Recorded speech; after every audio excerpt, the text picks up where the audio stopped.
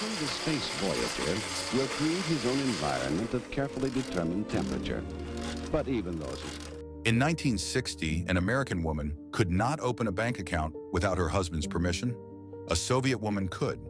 In 1960, an American woman could be legally fired from her job for getting pregnant. A Soviet woman could not. In 1960, an American woman earned 59 cents for every dollar a man earned.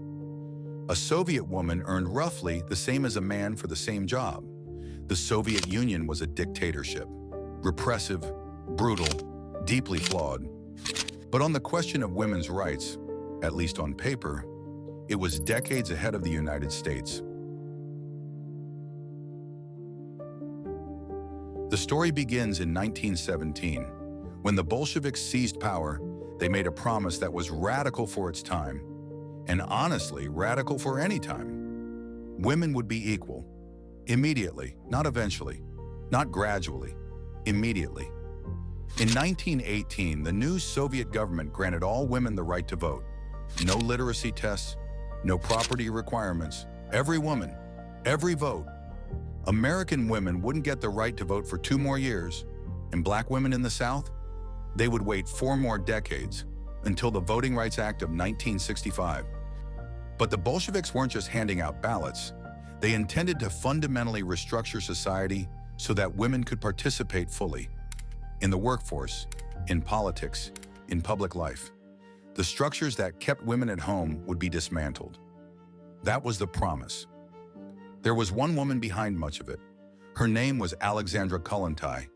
She was a Bolshevik revolutionary, a theorist, and eventually the Soviet ambassador to Sweden, the first female ambassador of any major power in history. Kollontai believed that women's liberation was impossible without economic independence, that as long as women depended on men for survival, equality was an illusion. She pushed for state-funded childcare, for communal dining halls, for public laundries. The idea was radical. Take every domestic task that women performed alone, in private, unpaid, and socialize it. Make it a public service. Make it everyone's responsibility, not just hers. Some of that vision was built, much of it wasn't. But Kollontai's fingerprints are on every piece of Soviet family legislation that followed. And her ideas in state child care, paid parental leave, socialized domestic labor, would later spread across Eastern Europe, Cuba, China, and Vietnam before they ever appeared on any American political platform. She was so dangerous that the United States government once barred her from entering the country. Today, most people have never heard her name. Here's what actually happened after 1917. In 1918, the Soviet Union passed a marriage and divorce code that was the most progressive in the world. And by progressive, I mean radical, shocking, almost unimaginable. Divorce was granted on request, no waiting period, no proof of fault, no lawyers, no court proceedings. You walked into a registry office, you stated your intention, you signed a paper, you were divorced. The process took approximately 15 minutes. In America in 1960, 42 years later, divorce still required proof of fault, adultery, abuse, desertion, and in many states, a woman who divorced her husband lost custody of her children automatically by law. The assumption was that a mother who left her marriage was unfit to raise children. The Soviet Union also legalized civil marriage, meaning marriage without religion, and it abolished the concept of illegitimacy. There were no illegitimate children in Soviet law. Every child, regardless of the parent's marital status, had the same legal rights. But there was a cost. The ease of divorce created instability. Marriage rates dropped. Divorce rates climbed. And by the 1930s, Stalin, who needed stable families to produce more workers, reversed many of these freedoms. Divorce became harder. Fees increased. The state began to actively discourage it. The lesson? When the state grants freedom, it's conditional, and conditions change. In 1960 America, childcare was a woman's problem. If you had a child and you wanted to work, you figured it out. Babysitters, relatives, quitting your job. There was no systemic support, no guaranteed daycare, no paid leave. You were on your own. In the Soviet Union, childcare was the state's problem. Every factory, every university, every large workplace, all had an attached, state-run daycare. Free, or nearly free, a few rubles a month. You dropped your child off on your way to work. You picked them up on your way home. Were these daycares good? Not always. Many were overcrowded, understaffed, rigid. Children spent long hours in institutional settings that prioritized discipline over warmth. But, and this is the critical point, they existed, and their existence meant that a Soviet woman could be both a mother and a worker. And then there was maternity leave. Soviet women received paid maternity leave, fully paid by the state, in 1960. The exact length evolved over the decades, expanding from 16 weeks in the early Soviet period to longer provisions after 1956. American women received zero days of paid maternity leave, not in 1960, not in 1970, not in 1980, not even today. The United States is still, right now in 2026, the only developed country on Earth without guaranteed paid maternity leave. The Soviet Union had it in 1960. But here's the part the propaganda didn't show. The Soviet system gave women rights, and then gave them all the responsibilities. Imagine this. You work 8 hours at a factory, same hours as the men, same quotas, same physical labor. The whistle blows, you go home, and then your second shift begins. The cooking, the cleaning, the childcare, the laundry, all of it, done by you. Not because Soviet men were lazy, though some certainly were, but because the Soviet system never challenged gender roles inside the home. The state built daycares, the state guaranteed employment, the state legislated equality, but the state never, not once, suggested that men should do the dishes. A 1965 Time Use study found that Soviet working women spent an average of 28 hours per week on household tasks. Men, 12. The factory demanded equal labor from both. The home demanded it only from her. Soviet women called it the double burden, 8 hours at the factory, and then hours more at home.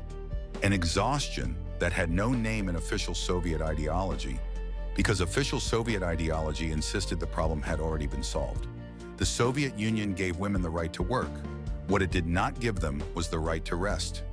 And then there was where you lived. In the 1960s, millions of Soviet families, millions, still lived in communal apartments. Kommunalka. A kommunalka was a single apartment shared by multiple families. One kitchen, one bathroom, one hallway, 5, 6, sometimes 10 families behind 10 separate doors, all sharing the same stove, the same tap, the same phone, if there was one. Imagine raising a child in that. Imagine being a woman, the person responsible for cooking, for cleaning, for maintaining the household. And your household is a corridor. Your kitchen is a corner of a room where 3 other women are also trying to cook dinner at the same time. There was no privacy, no personal space, arguments over who used too much hot water, who left the stove dirty, who played music too loud at night. Every domestic conflict, every marital argument, every child's tantrum, every personal moment was public, because there was nowhere private to have it. American women in 1960 had their own kitchens, their own bathrooms, their own space, even if that space was defined by their husband's authority. Soviet women had equality in the workplace, in a shared stove in a hallway at home. But the kommunalka also created something unexpected: community, solidarity, a network of women who raised each other's children, shared food during shortages, covered for each other at work. In the absence of privacy, necessity created connection. Neighbors became family, sometimes by choice, often by survival. This is the contradiction at the heart of Soviet life. The worst conditions produced the deepest bonds. In 1960, abortion was illegal in most American states. Women who sought abortions faced criminal charges, and those who went underground faced injury, infection, and death. In the Soviet Union, abortion had been legal since 1955. Stalin had banned it in 1936, a desperate move to boost the birth rate. After his death, the ban was reversed. But here's the uncomfortable truth. The legality of abortion in the Soviet Union was not about women's freedom. It was not about choice. It was not about bodily autonomy. It was about demographics. The Soviet birth rate was declining. The country needed workers. The state calculated that providing safe, legal, free abortion in state clinics would make family planning easier, and the state hoped would actually encourage women to have more children. The logic was simple. If women could control when they had children, they would choose to have more. That is not what happened. Soviet women, given access to safe abortion, chose to have fewer children. Because another child, when you were already working double shifts, already living in a cramped apartment, already standing in line for 2 hours just to buy bread, another child wasn't a blessing, it was a burden. By the mid-1960s, there were roughly 3 abortions for every live birth in Russia. Not because women were careless, but because the Soviet Union offered almost no reliable contraception. The pill was not widely available, condoms were scarce and often defective. Abortion was not a choice, it was the only option, and Soviet women used it at rates that stunned the rest of the world. There was also a darker truth inside these numbers. The abortion procedure itself, called a curette, performed without anesthesia in crowded clinical conditions, was often painful, humiliating, and medically rough. Women described lying in wards alongside 6 or 8 other women, visible to each other. The procedure done quickly, efficiently, without compassion. The state had legalized abortion, it had not dignified it. Soviet women achieved things that were unimaginable in the West. In 1960, the Soviet Union had more female engineers than the rest of the world combined. Women made up over 70% of Soviet doctors. And in 1963, Valentina Tereshkova became the first woman in space, 20 years before the first American woman, Sally Ride, made the same journey. It is worth noting that no second woman flew in space from any country for 19 years after Tereshkova. The Soviet achievement was real, but it was also singular and it was not followed up. These were not token appointments. Soviet women ran construction sites, managed factories, taught at universities, performed surgery. The system demanded their labor, and they provided it brilliantly. But there is an uncomfortable truth underneath the triumph. Many of these women did not choose their professions. They were assigned to them by a system that needed workers more than it needed fulfilled individuals. And here is a detail the statistics don't show. Soviet women dominated medicine, but they dominated the lower tiers of medicine: primary care, pediatrics, outpatient clinics. The prestigious specialties, surgery, research, hospital administration, remained overwhelmingly male. Women were 70% of all doctors. They were 5% of the top researchers. The ceiling was not glass, it was concrete. And it was invisible, because the official ideology said it did not exist. Imagine you're a young woman in the Soviet Union. You want to be a poet. The state sends you to engineering school. You want to be a mother of 5. The state needs you at the factory. You want to explore the stars. The state selects you for spaceflight, not because of your dreams, but because of your party loyalty. Soviet equality meant obligation, not freedom. If this is blowing your mind, subscribe. Because everything you think you know about the Iron Curtain is about to get a lot more complicated. It would be dishonest to tell this story without acknowledging what America and the West has got right. American women fought for their rights. They organized, they protested, they drafted legislation, they ran for office, they built the feminist movement from the ground up, against a system that resisted them at every turn. Betty Friedan published The Feminine Mystique in 1963. The National Organization for Women was founded in 1966. Title IX passed in 1972. Roe v. Wade in 1973. The Equal Credit Opportunity Act in 1974. Finally giving American women the legal right to open a bank account without their husband's permission. Each of these was fought for, argued over, won at cost, and because they were won that way, from below through struggle, they were embedded in society, not just written on paper. Soviet women were given rights by the state.